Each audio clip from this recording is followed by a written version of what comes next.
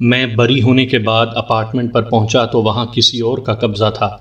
لوگ مجھے نفرت بھری نظروں سے دیکھ رہے تھے۔ مجھے جھوٹے مقدمے میں ملوث کیا گیا تھا، لیکن میرے پاس پڑوس میں رہنے والوں کی نگاہوں کا زاویہ بدل چکا تھا۔ میں بے یار و مددگار رہ گیا تھا۔ میں بوجھل قدموں سے نیچے آیا تو جھرنا سامنے گاڑی میں موجود تھی۔ میں نے کترا کر گزر جانا چاہا، لیکن اس نے گاڑی سے نیچے اتر کر میرا راستہ روک لیا۔ میں ایک ضروری کام سے کچھ دنوں کے لیے ڈھاکہ سے باہر گئی ہوئی تھی۔ مجھے تمہارے حالات کا علم نہیں تھا۔ اس نے میری آنکھوں میں جھانکتے ہوئے کہا، میں یہاں ہوتی تو تمہاری مدد کو ضرور آتی۔ تم نے مجھے اب بھی پہچان لیا، یہ بھی میرے لیے کسی اعزاز سے کم نہیں۔ میں نے زہر خند سے جواب دیا، مجھے خوشی ہوئی کہ تم نے آپ کہنا چھوڑ دیا۔ وہ میرے طنز کو نظر انداز کر کے مسکرائی، پھر میرا ہاتھ تھام کر گاڑی میں بٹھا دیا۔ میں چاہتا تو انکار کر سکتا تھا، لیکن میں نے ایسا نہیں کیا۔ مجھے کسی سہارے کی ضرورت تھی۔ قدم جما کر کہیں سکون سے بیٹھ کر میں اپنے مستقبل کے بارے میں غور کرنا چاہتا تھا۔ گاڑی چلنی شروع ہوئی تو میں نے سنجیدگی سے پوچھا، ہم کہاں جا رہے ہیں؟ میرا مطلب ہے کہ شاید اب کرنل مجھے تمہارے ساتھ دیکھ کر کسی مسرت کا اظہار نہیں کرے گا۔ میں تمہیں اپنی کوٹھی پر نہیں لے جا رہی، وہ معنی خیز انداز میں مسکرائی۔ مجھے ڈھاکہ واپس آتے ہی تمہارے حالات کا علم ہو گیا تھا۔ میں آج صبح تھانے بھی گئی تھی، مگر معلوم ہوا کہ تمہیں عدالت میں لے جایا گیا ہے۔ میں نے تمہارے اپارٹمنٹ پر آ کر تمہارا انتظار کرنا چاہا، لیکن یہاں بھی حالات تبدیل ہو چکے تھے۔ مجھے ملازمت سے معطل کیا جا چکا ہے۔ میں نے اسے حالات کی تفصیل بتاتے ہوئے کہا، میرے ساتھ جو کچھ ہوا وہ ایک سوچے سمجھے منصوبے کے تحت ہوا، لیکن میں اس حقیقت سے انکار نہیں کروں گا کہ غلطی کی ابتدا بخاری کی طرف سے ہوئی تھی۔ میں بھی اس کی لپیٹ میں آ گیا۔ میں تفصیل جان چکی ہوں، اس نے لاپرواہی سے کہا۔ بخاری کو اس کے کیے کی سزا بھی مل گئی ہے۔ تم نے شاید رحیم الدین سے ایک بار پہلے بھی میری سفارش کی تھی۔ میں نے اسے یاد دلانے کی کوشش کی۔ عدالت سے باعزت بری ہونے کے بعد قانونی طور پر میری ملازمت ختم نہیں کی جا سکتی۔ تمہارا صرف ایک فون۔ میں تمہارا مطلب سمجھ رہی ہوں، مگر شاید اب وہ تمہارے وجود کو برداشت کرنے پر آمادہ نہ ہو۔ وہ ایسا نہیں کر سکتا، میں نے ٹھوس آواز میں بڑے یقین سے کہا۔ اب اسے میرے معاملے میں اپنے آپ کو بدلنا ہوگا۔ میرے لہجے میں اعتماد تھا، اور اس اعتماد کی پشت پر جوگی سیتا رام کی ماورائی قوتیں شامل تھیں، میں جس کے ساتھ سمجھوتا کر چکا تھا۔ اب تمہیں ملازمت کرنے کی کیا ضرورت ہے؟ اس نے لاپرواہی سے جواب دیا۔ میں سمجھا نہیں۔ میں نے جھرنا کو وضاحت طلب نظروں سے دیکھا۔ اس کے گداز ہونٹوں پر لاپرواہ مسکراہٹ کھیل رہی تھی۔ اس مسکراہٹ میں ایسا سحر تھا کہ میں اس کے چہرے سے نظریں نہ ہٹا سکا۔ اس کے لباس سے پھوٹنے والی مسحور کن خوشبو میرے وجود کو گدگدانے لگی۔ وہ کل بھی سراپائے قیامت تھی، آج بھی اس کے حسن کی دلکشی میں وہ مقناطیسی کشش موجود تھی جو جن سے مخالف کو مدہوش کرنے کے لیے بڑا مؤثر کردار ادا کرتی ہے۔ میری نظریں اس کے لباس پر سرسرانے لگیں۔ اس کے جسمانی نشیب میری نگاہ میں اترنے لگے، میرے جسم پر چونٹیاں رینگنے لگیں۔ پہلی بار خود جھرنا نے میری طرف پیش قدمی کی تھی۔ میں مجبوراً حالات کا شکار ہو گیا۔ آج وہ ایک شان بے نیازی سے ڈرائیونگ سیٹ پر بیٹھی سڑک کی جانب متوجہ تھی، اور میں اس کی طرف کھینچا چلا جا رہا تھا۔ اس کا قرب مجھے اکسا رہا تھا۔ میں اس کی آغوش میں گم ہو کر ان صعوبتوں کو بھول جانا چاہتا تھا جس نے میرے دل و دماغ پر کوئی اچھا اور خوشگوار اثر نہیں ڈالا تھا۔ میں نے بے تکلفی سے اس کی جانب کھسک کر اس کی گردن میں باہیں ڈال دیں۔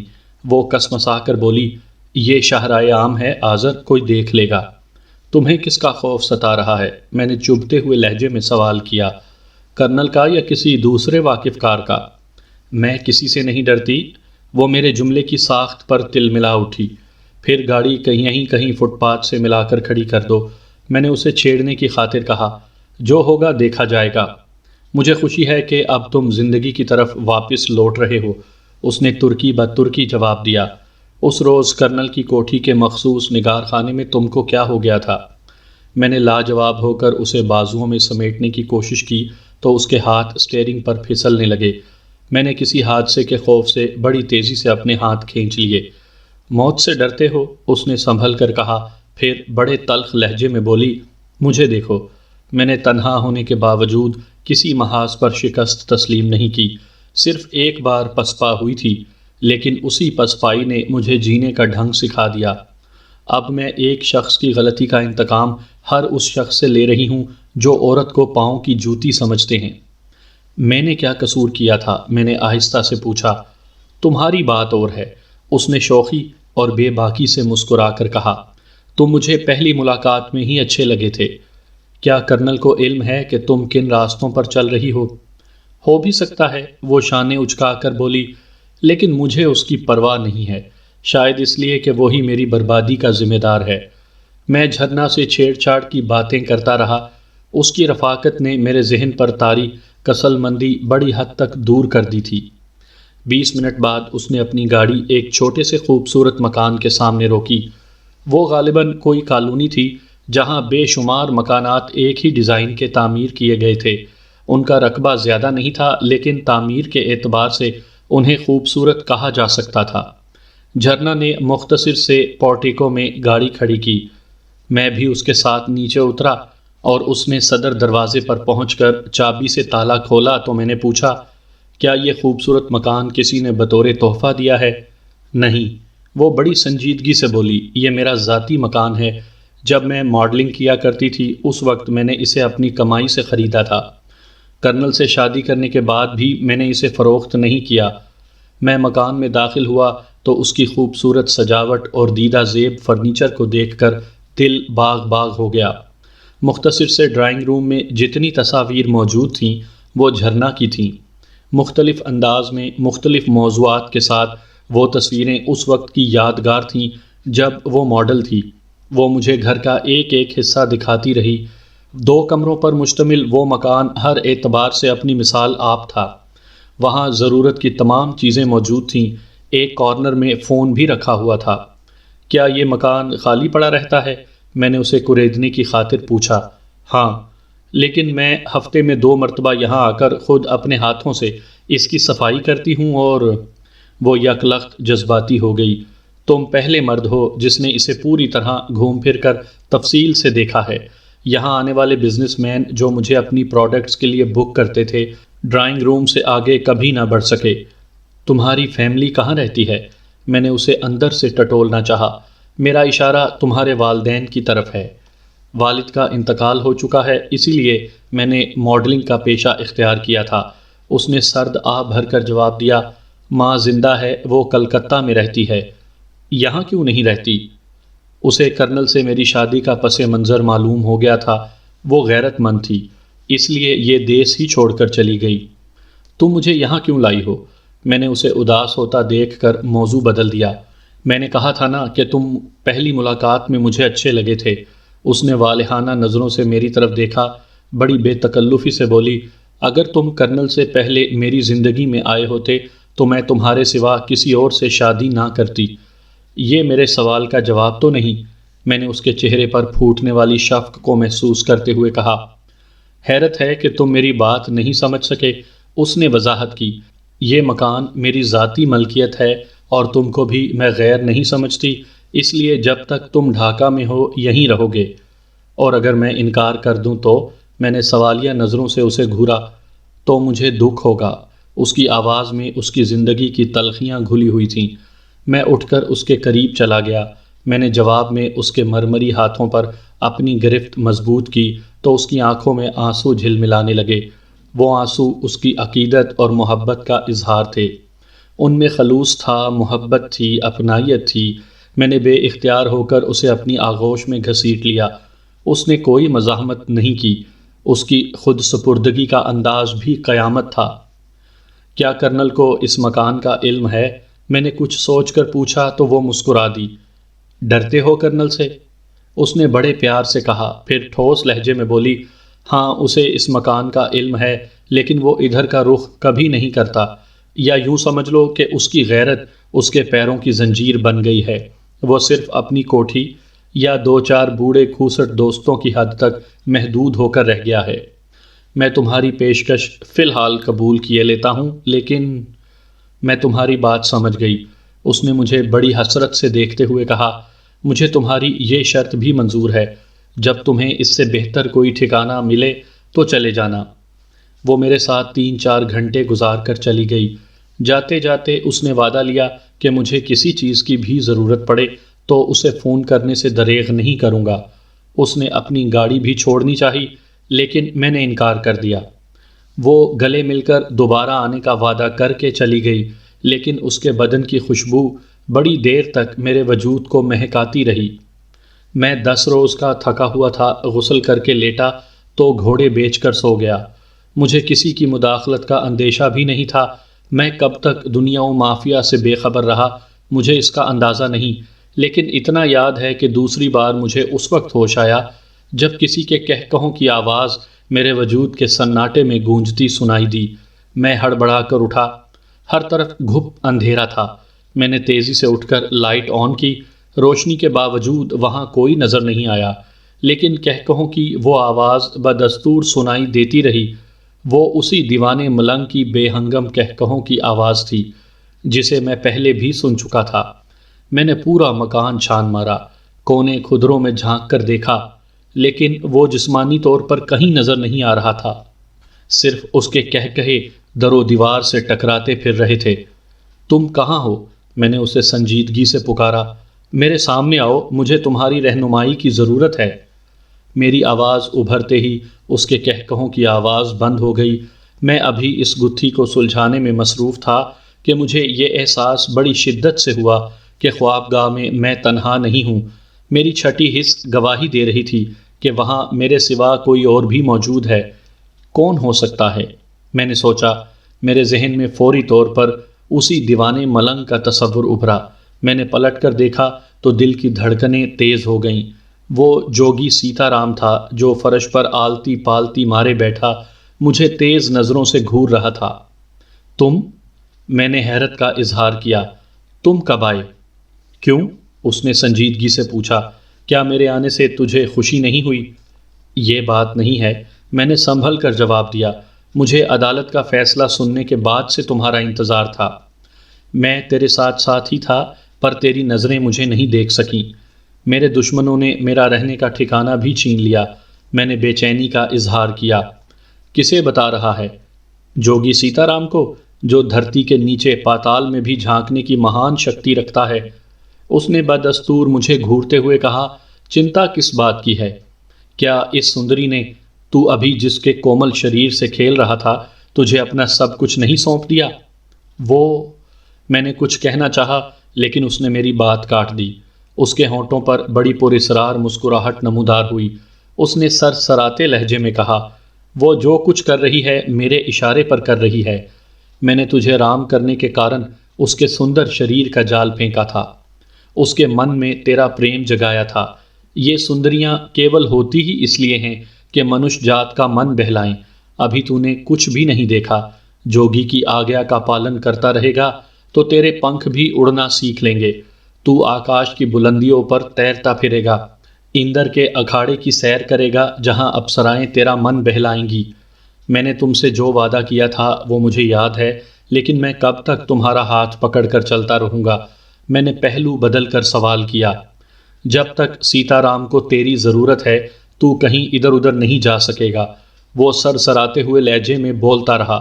ایک بات گرا سے باندھ لے، اس سنسار میں کیول ان کو زندہ رہنے کا ادھیکار ہے جو مہان شکتی پراپت کر لیتے ہیں۔ منش کے بازو میں شکتی نہ ہو، اس کی آنکھوں سے بھڑکتے ہوئے شعلے نہ نکلتے ہوں تو کوئی اس کے سامنے ڈنڈوت یعنی سجدہ نہیں کرتا۔ سب شکتی کا کھیل ہے بھولے ناتھ۔ سیتا رام کے کہے پر چلے گا تو کندن بن جائے گا، 2-4 جاپ منتر کر لے گا تو بھی بلوان بن جائے گا۔ دیوی دیوتاؤں کی بھکتی میں جو سواد یعنی مزہ ہے وہ تجھے ڈھونڈے سے بھی کہیں اور نہیں ملے گا۔ سیتا رام اپنے دھرم اور دیوی دیوتاؤں کی بات کر رہا تھا۔ میں نے اس سے وعدہ نہ کیا ہوتا تو اسے اٹھا کر گھر سے باہر پھینک دیتا، اسے بتاتا کہ میں ایک کٹر مسلمان ہوں۔ حالات کی بھنور میں پھنس کر میرے قدم ڈگمگا ضرور گئے تھے، مجھے اپنے ناکردہ گناہوں کی بڑی سخت اور اذیت ناک سزائیں بھی بھگتنی پڑی تھیں، لیکن میں نے اپنے مذہب سے منہ نہیں پھیرا تھا۔ پھر الجھ گیا دھرم کرم کے چکروں میں۔ سیتا رام نے مجھے تیز نظروں سے گھورا۔ مجھے ابھی تک تیری نیت میں کھوٹ نظر آتا ہے۔ یاد رکھ مورکھ، اگر تو نے اپنا دیا ہوا وچن توڑنے کی بھول کی تو میں ایسا سراپ دوں گا کہ تیرے پرکھوں کی آتمائیں بھی بے عقل ہو جائیں گی۔ میں نے تجھ سے کہا تھا نا کہ میں من کا حال جاننے کی شکتی بھی رکھتا ہوں، اور تو مجھے گھر سے اٹھا کر باہر پھینکنے کا وچار کر رہا ہے۔ اپرادھی! میں نے خود کو تیزی سے سنبھالا۔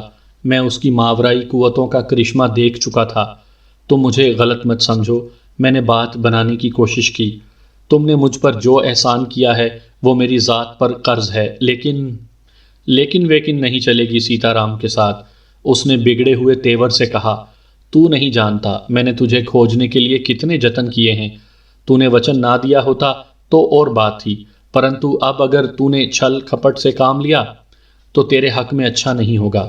میں سیتا رام کی قوت کا تماشا دیکھ چکا تھا۔ میرے لیے اس سے بگاڑ کر مناسب نہیں تھا۔ مجھے یہ بھی خیال تھا کہ جب میرے دشمنوں کی 3 لاشیں برآمد ہوں گی تو چاروں طرف کوہرام مچ جائے گا۔ وہ خاموش نہیں بیٹھیں گے۔ انسپیکٹر اور تھانے کے آن ڈیوٹی عملے کو بھی ایک ایک کر کے کریدا جائے گا۔ کسی نے زبان کھول دی تو وہ پھر بھوکے گدھ کی مانند مجھ پر ٹوٹ پڑیں گے۔ گواہ منحرف نہ ہوئے ہوتے تو میں اس وقت بھی کھلی فضا میں سانس نہ لے رہا ہوتا۔ جو کچھ ہوا تھا وہ ناقابل یقین ہی تھا۔ سیتا رام کی قوت میرا ساتھ نہ دیتی تو میرا انجام بھیانک ہی ہوتا۔ میں تیرے من کی کھلبل دیکھ رہا ہوں، اس نے ٹھوس لہجے میں کہا۔ میرا کہا مان لے مورخ، نہیں تو اس دھرتی پر تجھے کہیں ٹانگ پسارنے کی جگہ نہیں ملے گی۔ سارا جیون کانٹوں پر لوٹ لوٹ کر بتا دے گا۔ میرا دل گواہی دے رہا تھا کہ وہ جو کچھ کہہ رہا ہے غلط نہیں ہوگا۔ اگر وہ اپنی ماورائی قوتوں کے ذریعے مجھے موت کے منہ سے نکال سکتا تھا، میرے جسم میں کوئی شیطانی روح پھونک سکتا تھا، تو ایک اشارہ مجھے دوبارہ پھانسی کے پھندے تک بھی پہنچا سکتا تھا۔ میرے پاس اس کی بات پر عمل کرنے کے سوا اور کوئی راستہ بھی نہیں تھا۔ سیتا رام، میں نے نرم لہجے میں اسے مخاطب کیا، میں اپنے وعدے سے پیچھے نہیں ہٹ رہا۔ تم نے میرے ساتھ جو سلوک کیا میں اس کے لیے بھی تمہارا مشکور ہوں۔ میرے اوپر جو بیتی وہ تم بھی جانتے ہو۔ مجھے ملازمت سے معطل کیا گیا، میرا سر چھپانے کا ٹھکانہ بھی چھن گیا۔ تمہاری وجہ سے جھرنا میرا ساتھ نہ دیتی تو میں اس وقت کسی فٹ پاتھ پر بھٹک رہا ہوتا۔ میری ملازمت کا بھی کوئی یقین نہیں ہے۔ رحیم الدین بڑا ککر آدمی ہے، وہ مجھے آسانی سے… شانت ہو جا بالک، جوگی سیتا رام معنی خیز انداز میں مسکرا کر بولا۔ میں جان گیا تو کیا چاہتا ہے، بس اب کوئی چنتا مت کر۔ اٹھ کر مہان جوگی کا ہاتھ تھام کر آنکھیں موند لے، میں تیرے من کی ساری آشاؤں کو پورا کر دوں گا۔ دھن دولت تو ہاتھ کا میل ہے، میں تجھے بتاؤں گا کہ جو مہان شکتی کے مالک ہوتے ہیں ان کے لیے کوئی کام کٹھن نہیں ہوتا۔ میں تجھے کندن بنا دوں گا۔ کندن تو بھی کیا یاد کرے گا کہ کسی گرو سے پالا پڑا تھا۔ میں ایک بات اور جاننا چاہتا ہوں، میں نے غیر اختیاری طور پر پوچھ لیا۔ کیا ابھی کچھ دیر پہلے تم ہی کہا لگا رہے تھے؟ سیتا رام کے چہرے پر ایک رنگ آ کر گزر گیا۔ تیوری چڑھا کر بڑے سرد لہجے میں بولا، مجھ سے ٹھٹھول کر رہا ہے؟ میری بات کا یقین کرو، میں نے سنجیدگی سے کہا۔ تمہارے آنے سے پیشتر میں کسی کے کہکہوں کی آوازیں سن رہا تھا۔ میں سمجھا کہ شاید تم ہی ہوگے۔ نہیں، وہ میں نہیں تھا، لیکن میں سمجھ رہا ہوں کہ وہ کون ہوگا۔ اس نے خلا میں گھورتے ہوئے بدستور سنجیدگی سے کہا۔ کون ہوگا؟ میں نے اسے ٹٹولنے کی کوشش کی۔ ان چکروں میں سمے برباد مت کر بالک، یہ ابھی تیرے بس کا روگ نہیں ہے۔ چل، میرا ہاتھ تھام کر آنکھیں موند لے۔ میرے دل میں ایک لمحے کو آیا کہ اس سے پوچھوں کہ مجھے کہاں لے جانا چاہتا ہے، لیکن پھر میں نے اپنا ارادہ ترک کر دیا۔ خاموشی سے اٹھ کر سیتا رام کا ہاتھ تھام لیا۔ پھر جو کچھ ہوا وہ بھی حیرت انگیز تھا۔ سیتا رام کا ہاتھ تھامتے ہی مجھے ایسے لگا جیسے میرے پورے وجود پر لرزہ طاری ہو گیا ہو۔ میرے ذہن پر شدید غنودگی طاری ہونے لگی۔ میں نے خود کو سنبھالنے کی کوشش کی، لیکن میرا ذہن آہستہ آہستہ معطل ہوتا چلا گیا۔ سیتا رام کی گرفت میرے ہاتھ پر مضبوط سے مضبوط تر ہوتی گئی۔ سامعین کرام، آپ سن رہے ہیں اردو کہانی جوگی، اور یہ اس سلسلے کی قسط نمبر 11 ہے۔ مجھے امید ہے آپ کو میری یہ کاوش پسند آ رہی ہوگی۔ میں ہوش میں آیا تو رحیم الدین اپنی خواب گاہ میں بستر استراحت پر تھا۔ میں نے مدھم روشنی میں دیوار گیر کلاک پر نظر ڈالی۔ اس وقت رات کا 2 کا عمل تھا۔ مجھے حیرت ہوئی، وہ اپنی خواب گاہ میں بالکل تنہا تھا۔ اس نے دروازہ بھی اندر سے بند کر رکھا تھا۔ میں نے اپنے ذہن کو ٹٹولا۔ میرے کانوں میں جوگی سیتا رام کی سرگوشی سنائی دی۔ بالک یہی ہے وہ دشت جس نے بخاری کو اور تجھے جھوٹے کیس میں الجھا کر تیرا پتہ صاف کرنے کی گھناؤنی سازش کی تھی۔ بخاری نے تجھ کو جس مخبر کا نام نہیں بتایا وہ بھی اسی کا خاص آدمی تھا۔ اس نے ایک تیر سے 2 شکار کھیلے ہیں۔ بخاری بھی اس کے جال میں پھنس کر پرلوک سدھار گیا، اور تو بھی چکی کے 2 پاٹوں کے بیچ آ کر در بدر ہو گیا۔ پر اسرار جوگی کی آواز میرے دل و دماغ کو جھنجھوڑ رہی تھی۔ یہی وہ پاپی ہے جس نے اپنی تجوری میں مایا کا انبار اکٹھا کر رکھا ہے۔ اس کی ساری دھن دولت اسی کے کمرے میں ہے، اسی کارن یہ اپنی استری یعنی بیوی کے ساتھ نہیں سوتا۔ کل اس نے تجھے راستے سے ہٹانے کی خاطر تیری موت کا جال بنا تھا، آج یہ تیرے سامنے بڑا چین کی نیند سو رہا ہے۔ سمے اب تیری مٹھی میں ہے، تو بلوان ہے، تیرے شریر میں پھر وہی شکتی موجود ہے جس کے اشارے پر تو نے اپنے 3 دشمنوں کو نرک میں جھونک دیا تھا۔ میری بات دھیان سے سن، سانپ یا کسی ہتھیارے کا سر کچلنا پاپ نہیں ہے۔ تو اس پاپی سے بھیانک انتقام لینے کے کارن یہاں آیا ہے۔ اس کے دھن میں سے اپنا حصہ سمیٹ لے، باقی کو آگ لگا دے۔ اس کی ایک سندر پتری یعنی بیٹی دوسرے کمرے میں سو رہی ہے، جاتے جاتے ایک نظر اسے بھی دیکھ لینا، جھرنا اس کے پاؤں کی دھول بھی نہیں ہے۔ سندری یا ناریاں منش کا من بہلانے کا کھلونا ہوتی ہیں، تو اس کھلونے سے من بہلا کر اسے بھی موت کی نیند سلا دے۔ تیرے من کو جب ہی شانتی ملے گی جب تو دشمنوں سے اپنا انتقام لے گا۔ یہ سنسار اسی کا ساتھ دیتا ہے جو بلوان ہوتے ہیں۔ تیرے شریر میں دیوی دیوتاؤں کا آشیرواد دوڑ رہا ہے۔ جوگی سیتا رام کی مہان شکتی بھی تیرے ساتھ ہے۔ کوئی چنتا مت کر، دھرم کرم کو بھول جا، کالی تیرے اوپر مہربان ہے۔ یہ شبھ گھڑی بیت گئی تو اپنے دشمنوں سے اپنا انتقام کبھی نہ لے سکے گا۔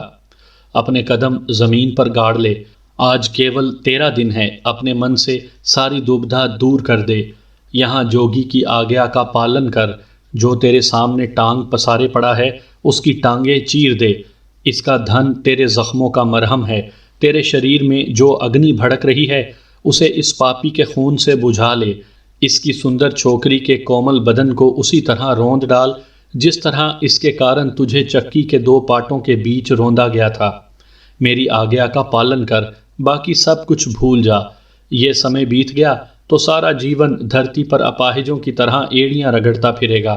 سن رہا ہے مورکھ؟ مہان جوگی تجھے کیا بھاشن دے رہا ہے، کیا پاٹھ سبق پڑھا رہا ہے؟ جوگی سیتا رام کی باتیں میرے پورے وجود میں گونج رہی تھیں۔ مجھے اپنے اندر پھر اسی قوت کا احساس ہو رہا تھا جس کے بل بوتے پر میں اپنے 3 دشمنوں کو موت کے گھاٹ اتار چکا تھا۔ میری نظریں رحیم الدین کے چہرے پر مرکوز تھیں جو شاندار مسحری پر لیٹا سکون کی نیند سو رہا تھا۔ میرے اندر لاوا ابلنے لگا، میری آنکھوں سے انتقام کے شعلے لپکنے لگے۔ میں نے آگے بڑھ کر رحیم الدین کے منہ پر ایک بھرپور تھپڑ مارا تو وہ بوکھلا کر اٹھ بیٹھا۔ مجھے اپنی خوابگاہ میں دیکھ کر اسے یقیناً حیرت ہی ہوئی ہوگی۔ وہ ہاتھ کی انگلیوں سے آنکھیں ملنے لگا، شاید اپنے آپ کو یقین دلانا چاہتا تھا کہ وہ کوئی خواب دیکھ رہا ہے، ورنہ اس کی مقفل خوابگاہ میں کسی کا بغیر اجازت داخل ہونا ناممکن ہی تھا۔ تو جو کچھ دیکھ رہا ہے وہ خواب نہیں، حقیقت ہے، میں نے زہریلے ناگ کی طرح پھونکارتے ہوئے کہا۔ مجھے غور سے دیکھ لے، میں وہی آزر ہوں جو اپنی ایمانداری کے سبب تیری نظروں میں اس وقت سے کھٹک رہا تھا جب سے تو نے میرے تبادلے کے آرڈر اور میری پرسنل فائل دیکھی تھی۔ تم آزر نہیں ہو سکتے، اس نے اپنے سر کو جھٹک کر غیر یقینی انداز میں کہا۔ باہر میرے مسلح پہرے دار موجود ہیں، ان کی اجازت کے بغیر کوئی پرندہ بھی میرے آس پاس پر نہیں مار سکتا۔ میں موت کا پرندہ ہوں رحیم الدین، جس پر گولیاں کوئی اثر نہیں کرتی۔ لیکن تم نے مجھے مروانے میں کوئی دقیقہ فروگزاشت نہیں کیا تھا۔ میں نے سرد آواز میں اسے یاد دلانے کی کوشش کی۔ تم شاید تجمل بخاری سے بھی اکتا چکے تھے جو تم نے ایک سازش کے تحت اس کے کانٹے کو بھی درمیان سے نکلوا دیا اور مجھے بھی مروانے کی کوشش کی، لیکن تم شاید یہ بھول گئے تھے کہ ایک دن موت کا فرشتہ تمہیں بھی دبوچ کر موت کی ابدی نیند سلا سکتا ہے۔ رحیم الدین میری باتیں سن کر چونکا۔ وہ پوری طرح ہوش میں آ چکا تھا، اس کی آنکھوں سے خوف جھانکنے لگا۔ کیا تم مجھے بتاؤ گے کہ میں نے تمہارا کیا بگاڑا تھا؟ میں نے تل ملا کر پوچھا۔ تم جو کچھ سوچ رہے ہو سمجھ رہے ہو وہ غلط ہے۔ اس نے مجھے بہلانے کی کوشش کی۔ بخاری میری کسی سازش کا نہیں، اپنی حماقت اور ضرورت سے زیادہ خود اعتمادی کا شکار ہوا۔ ڈیفنس سیکٹری کے سالے سے 2 لاکھ روپے کی رشوت اسے لے ڈوبی۔ اس کی موت میں میرا کوئی ہاتھ نہیں تھا۔ وہ میرا سب سے قیمتی آدمی تھا، اور میں پتھر تھا جسے تم ٹھوکر مار کر اپنے راستے سے ہٹانا چاہتے تھے۔ میں نے اسے تیز نظروں سے گھورتے ہوئے کہا، تم نے میری مدد کرنے کے بجائے میری معطلی کے آرڈر جاری کر دیے۔ تم اپنا دامن بچانا چاہتے تھے۔ ایسا نہیں ہے، اس نے پہلو بدل کر کہا، میں نے صرف قانون کا تقاضا پورا کیا تھا، لیکن اب تم باعزت بری ہو چکے ہو۔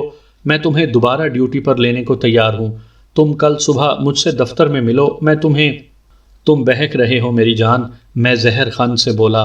میں ایماندار ضرور ہوں، لیکن اتنا احمق نہیں کہ تمہارے جھانسے میں آ جاؤں۔ اور تم مجھ سے کیا چاہتے ہو؟ اس نے اسپاٹ لہجے میں پوچھا۔ وہ تمام دھن دولت جو تم نے اپنے اس خوبصورت مقبرے میں جمع کر رکھا ہے۔ میں نے اس کی خوابگاہ پر نظر ڈالتے ہوئے شفاف لہجہ اختیار کیا۔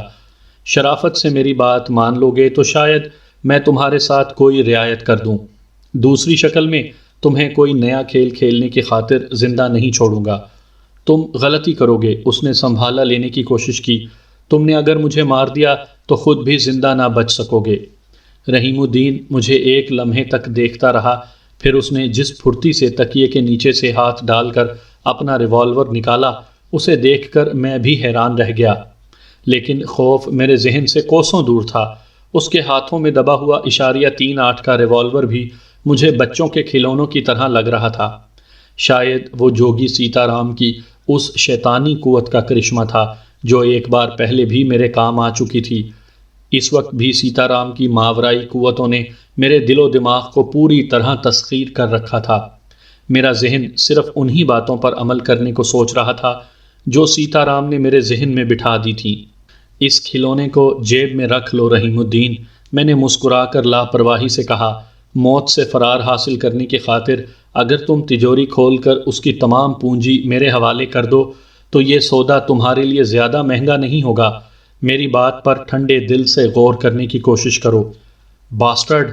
ریوالور ہاتھ میں آ جانے کے بعد اس کے حوصلے بلند ہو گئے تھے۔ اس نے بڑی حقارت سے کہا، اس وقت تو میرے رحم و کرم پر ہے، اگر تو نے ایک ذرہ بھی حماقت کی تو میں تیرا جسم گولیوں سے چھلنی کر دوں گا۔ تجوری کا سارا مال نکال کر میرے قدموں پر ڈال دو، میں نے لاپرواہی سے کہا۔ اس کے ساتھ تمہیں مجھے اپنی ایک تحریر بھی دینی ہوگی کہ تو شاید پاگل ہو گیا ہے۔ وہ میری بات کاٹ کر تیزی سے مسحری سے نیچے آ گیا۔ مجھے بتاؤ کہ تمہیں میری خوابگاہ تک پہنچانے کی غلطی کس نے کی ہے؟ جوگی سیتا رام نے، میں نے سنجیدگی سے جواب دیا۔ وہ جو مہان شکتی کا مالک ہے۔ تم شرافت سے زبان نہیں کھولو گے شاید۔ وہ غصے سے ہونٹ چبانے لگا۔ شرافت چھوڑ کر تم اپنی کمینگی بھی آزما کر دیکھ لو۔ میں نے اسے قہر آلود نظروں سے گھورا۔ تمہیں میری بات کا اندازہ بھی ہو جائے گا۔ رحیم الدین کے صبر کا پیمانہ لبریز ہو رہا تھا۔ اس نے جھلا کر یکے بعد دیگرے 2 فائر کیے، لیکن پھر اس کی آنکھیں بھی حیرت سے پھٹی کی پھٹی رہ گئیں۔ اس کے ریوالور سے نکلنے والی گولیاں میرے قدموں پر پڑی نظر آ رہی تھیں۔ مجھے کوئی تعجب نہیں ہوا، میں اس سے پہلے بھی جوگی سیتا رام کی شیطانی قوتوں کا تماشا دیکھ چکا تھا۔ وہ حیرت انگیز اور ناقابل یقین قوتوں کا مالک تھا۔ تمہارے ریوالور کے چیمبر میں ابھی 3-4 گولیاں اور بھی ہوں گی، میں سرد آواز میں بولا۔ انہیں بھی آزما کر دیکھ لو، دل میں کوئی حسرت نہ رہ جائے۔ جواب میں اس نے باقی گولیاں بھی داغ ڈالیں، لیکن ان کا بھی وہی انجام ہوا۔ رحیم الدین کی آنکھیں پٹ پٹانے لگیں۔ جو کچھ ہوا خود اسے بھی یقین نہیں آ سکا تھا۔ وہ بھی بت بنا کھڑا مجھے حیرت سے دیکھنے لگا۔ اب شرافت سے تجوری کھول کر ساری جمع پونجی کسی بیگ میں ڈال کر خاموشی سے میرے حوالے کر دو، میں نے اس کی آنکھوں میں جھانکتے ہوئے کہا۔ اس نے کسی معمول کی طرح ریوالور ہاتھ سے گرا دیا، پھر بائیں جانب دیوار پر لگی ایک فریم شدہ تصویر کو اتارا تو اس کی پشت پر وہ تجوری نظر آنے لگی جس کے اندر اس نے کروڑوں کی رقم کے علاوہ زیورات اور سونے کی اینٹیں بھی چھپا رکھی تھیں۔ میں خاموش کھڑا اسے گھورتا رہا۔ اس نے ایک بیگ میں تجوری کا سارا مال نکال کر ڈالا، پھر میرے قدموں میں لا کر ڈال دیا۔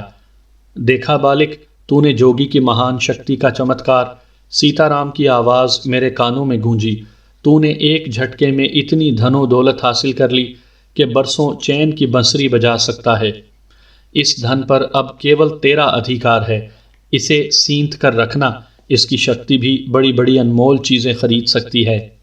میری نظریں بدستور رحیم الدین کے چہرے پر مرکوز تھیں، جس کا چہرہ ہلدی کی طرح زرد ہو رہا تھا۔